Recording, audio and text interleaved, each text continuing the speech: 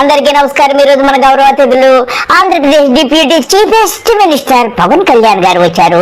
పవన్ కళ్యాణ్ గారికి ఈ మధ్య ఆరోగ్యం సరిగ్గా లేని కారణంగా మనకు అందుబాటులో లేరు. ఈ మధ్య కొంచెం ప్రజల్లోకి వచ్చారు. అలాగే ఈ మధ్య జన సైనికులను ఉద్దేశించి గొప్ప ప్రసంగం చేశారు. అలాగే రాజమండ్రి వెళ్లి అక్కడ కూడా జన సైనికుల్ని అందరినీ ఉద్దేశించి ఎన్నో గొప్ప విషయాలు చెప్పారు. జన సైనికులకు దిశ దశ అన్ని కూడా నిర్దేశించారు. ఆయన గతంలో ఏం జరిగింది, ఇప్పుడు ఏం జరుగుతుంది, ఏం జరగబోతుంది, అన్ని భూత భవిష్యత్తు వర్తమాన కాలాలన్నీ కూడా ఆయన ఎంతో చక్కగా వివరించారు. ముందుగా పవన్ కళ్యాణ్ గారి ఆరోగ్యం గురించి మనం తెలుసుకుందాము. నమస్కారం సార్, చెప్పండి మీ ఆరోగ్యం ఎలా ఉంది? రాగానే అడిగిన ఆరోగ్యం ఎలా ఉందని. ఆరోగ్యం బాగుంది చెప్పాలి కదా నాకు. అంటే ఆరోగ్యం ఎలా ఉంది ఇవన్నీ అంటే కారణాలు ఏంటని అంటుండే మన వాళ్ళు ప్రేమతో నా భుజాలు లాగేశారు. సో నాకు లాస్ట్ 2-3 yearsలో ఏమైందంటే ఎలక్షన్ ముందు నుంచి కూడా 1 year ముందు నుంచి కూడా తిరగటం వల్ల ఒకటి కరోనా టైంలో నాకు ఈ కరోనా రావడం, ఒకటి ఈ లంగ్ ఇన్ఫెక్షన్ పోలేదు, అలా ఉండిపోయింది అదొకటి. తర్వాత ఈ దుమ్ము ధూళిలో తిరగటం వల్ల అది లోపల ఒక ఈ సైనస్ ప్రాంతాల్లో చాలా కరుడుగా హార్డ్ అయిపోయింది. ఆ డస్ట్ బాల్ అయిపోయింది. అందుకని ఇక్కడ వాచిపోయింది. నాకు అర్థమైంది కదా, చాలా కాలం చేసి హైదరాబాద్ తిరిగి రావడానికి దాదాపు 1 నెల పట్టింది రావడానికి. పవన్ కళ్యాణ్ గారు ప్రేమతో జన సైనికులు మీ భుజాన్ని లాగేస్తే ముక్కుకేమైంది సార్? ఏం మాట్లాడుతున్నారు సార్? ముక్కుకి భుజానికి సంబంధం ఏమిటి సార్? మీ భుజాన్ని లాగేస్తే ముక్కు వాచిపోవడం ఏమిటి సార్? మీరు మరీను ఇలా జోకులు వేయకూడదు. అసలు విషయం చెప్పండి ప్లీజ్.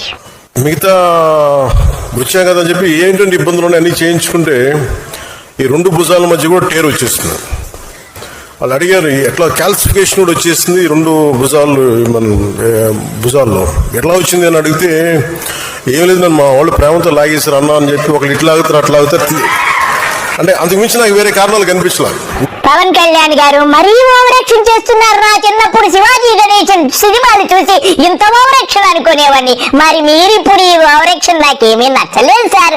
మిమ్మల్ని జన సైనికులు లాగినంత మాత్రాన మీ భుజాలు జారిపోయాయా? మరి పిర్రలు తిప్పుకుంటూ డాన్సులు వేసినప్పుడు మరి భుజాలు జారవా? మరి ఆ డాన్సులు వేసి ఇలాగ మెడగొక్కున్నప్పుడు జారింటాయి గాని అనవసరంగా జన సైనికుల మీద నిందలేసి నీ భుజాలకు జన సైనికులే కారణం అని చెప్పడం ఎంతవరకు కరెక్ట్ నాకు అర్థం కావడం లేదు. దాన్ని ఇడిచిపెట్టేశారు. ఎందుకంటే ఒకసారి మధ్యలోకి వెళ్తున్నప్పుడు షేక్ హ్యాండ్ ఇస్తే వదలరు కదా, ఆ లాగటంలో ఎంత బలంగా గుంచుతారంటే కండ తెగిపోయేంత.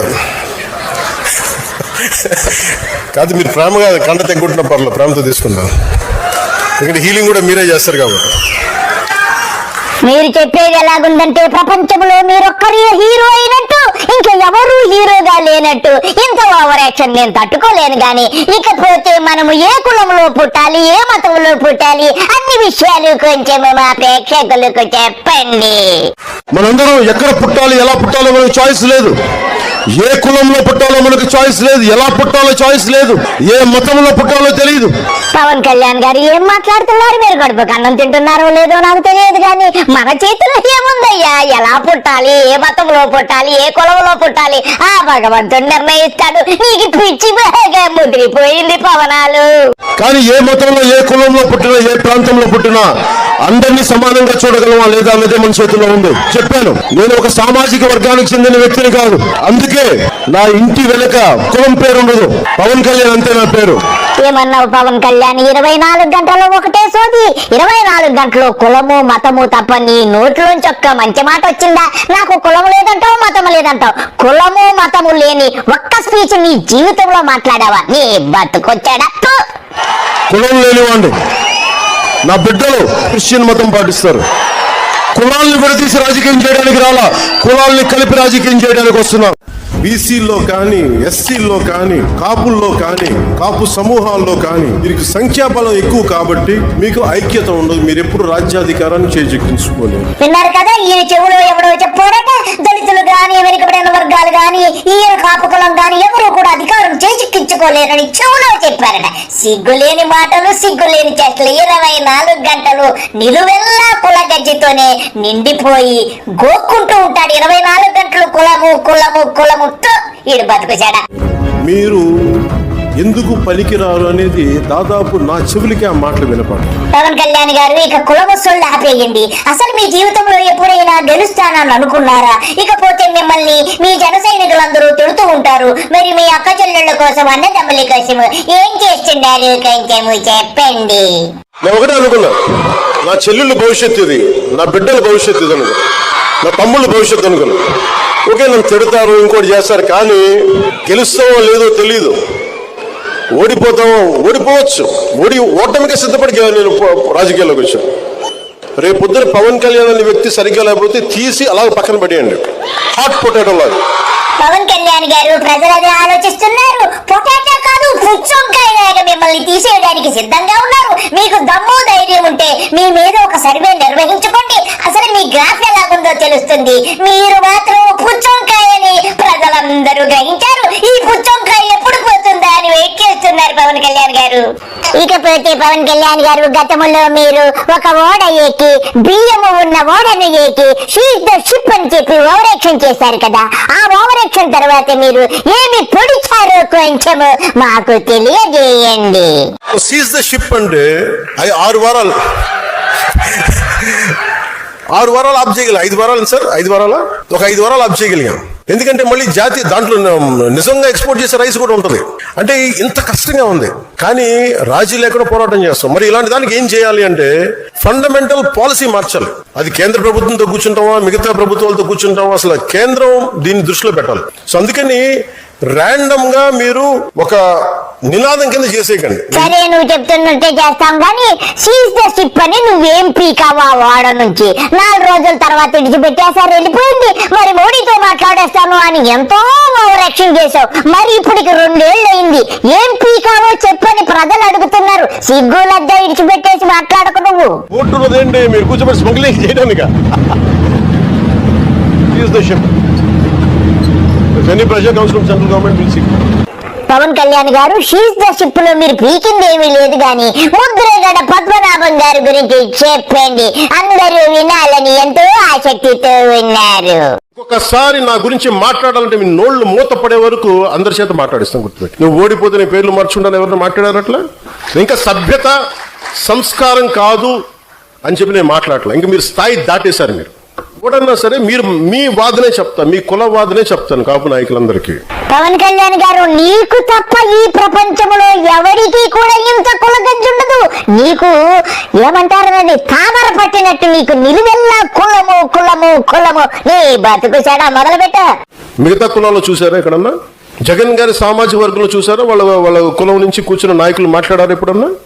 చంద్రబాబు గారి గురించి మాట్లాడారు, నువ్వేం చేసావు అమ్మవారికి మాట్లాడతారా? మాట్లాడరు. మీరు మాట్లాడతారు. ఎంతకాలం మాట్లాడతారా మీరు? ఎంతకాలం మాట్లాడతారు? ఒక్కొక్కళ్ళు మీ గురించి చెట్ట విప్పన, ఒక్కొక్కడి గురించి చెప్పాలా? ఒక్కొక్కడి గురించి తట్టుకోగలరా? నేను మాట్లాడితే నోరు విప్పితే ఇష్టానికి మాట్లాడతారు ఒక్కొక్కళ్ళు. మనోహర్ గారు కూడా రాకూడదు అంటారు, ఆయన కమ్మంటారు. ఎన్నికైన ఎమ్మెల్యేలు అందరూ ఎవరయ్యా? కాపులు లేరా దాంట్లో? పవన్ కళ్యాణ్ గారు, మీ ఓవరాక్షన్ కాపండి. ముద్రగడ పద్మనాభం గారిని దూషించింది కాపి మీ చిట్టా విప్పారనుకో పద్మనాభం గారు, మీరు బట్టలు ఇప్పుకొని పరిగెత్తడము ఖాయము. గాని ఇకపోతే మీ ప్రియ నేస్తము జోడి లక్ష్మీనారాయణ గారి గురించి చెప్పండి. ఇద్దరు ఎంతో చక్కగా ఆలింగనము చేసుకుని విశాఖపట్నములో ఏదో వరగబెట్టారు కదా పోటీ చేసి. ఆయన గురించి కూడా కొంచెము చెప్పండి.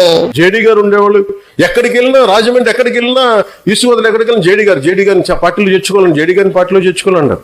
వచ్చారు, మెంబర్షిప్ పెట్టాం, వైజాగ్ పార్లమెంట్ ఇచ్చాం, ఓడిపోయాం. అతను సినిమాలోకి వెళ్ళిపోతాను. మాతో పాటు తోట చంద్రశేఖర్ గారు ఉండేవాళ్ళు, ఆయన బీఆర్ఎస్కి వెళ్ళిపోయారు. ఇప్పుడు మీరందరూ 3,000 మంది, ఇన్ని వేల మంది పదవులు వచ్చినాయి. ఎందుకు వస్తాయి? మీరు నిలబడ్డారు కాబట్టి పదవులు వస్తాయి. వాళ్ళు ఉంటే వాళ్ళందరూ రాజ్యసభ సభ్యులు అయిపోయలేవు. నాకేం తెలుసు? పవన్ కళ్యాణ్ గారు, మీకేమీ తెలియదు. మీరు శుద్ధ ఎర్రి పప్ప కాబట్టి ఆయన వెళ్ళిపోయారు. మీరు ఎంతో చక్కగా డాన్సులు వేసుకుంటూ సినిమాలు తీసుకుంటూ ఉంటే ఆయన తట్టుకోలేక వెళ్ళిపోయి పాపము ఇప్పుడు ఆయన ఏదో IAS కోచింగ్ సెంటర్ పెట్టుకొని ఏదో జీవనం సాగిస్తున్నారు. ఆయన గురించి ఎందుకులేండి మీకు. అందరికీ నమస్కారం. మన పిల్లల IAS IPS కలలు నిజం కావాలంటే వారు పాఠశాల దశ నుంచే అందుకు తగ్గ నైపుణ్యాలను అభ్యసించడం ప్రారంభించాలని నేను బలంగా నమ్ముతాను. వాళ్లను మన దేశానికి ఉపయోగపడే బాధ్యతాయుతమైన పౌరులుగా, లీడర్లుగా మార్చాలన్నది నా దృఢమైన సంకల్పం. మీ పిల్లలను వారి కలల సాకారం వైపు నడిపించేందుకు మరియు గైడ్ చేసేందుకు ఉపయోగపడే ఒక అద్భుతమైన బృందం లీడ్ ఐఏఎస్ జూనియర్తో నేను భాగస్వామ్యం వహిస్తున్నా. మీ పిల్లల జీవితంలో విజయ కేతనం ఎగరవేయాలని మనస్ఫూర్తిగా నేను ఆకాంక్షిస్తున్నాను. ధన్యవాదాలు. ఇవన్నీ వదిలేసి నా పక్కన ఆయన నిలబడితే కూర్చోబెట్టి మనోహర్ గారు సాగు పడతా ఉంటారు నన్ను కూర్చోబెట్టి. నేను మీకు ఈరోజు చెప్తున్నా, నన్ను విమర్శించే కాపు నాయకులందరికీ నేను మనోహర్ గారిని పెట్టుకుంటా. మీరు ఏం చేస్తారో చేసుకోండి. పవన్ కళ్యాణ్ గారు మీ యొక్క నాదెండ్ల మనోహర్ని గట్టిగా హత్తుకుని నెత్తిన పెట్టుకోండి. మా జన సైనికులుగా గాని ఎవరికి కూడా అభ్యంతరం లేదు. ఫ్రెండ్స్, ఇదండి ఈ రోజు విషయము. ఇకపోతే 2వ ఎపిసోడ్ ఇంకా బాగుంటుంది కాబట్టి తప్పకుండా 2వ ఎపిసోడ్ కూడా చూడండి. 2 రోజులలో 2వ ఎపిసోడ్ ను కూడా రిలీజ్ చేస్తాను. అందరికీ నమస్కారము. బాయ్.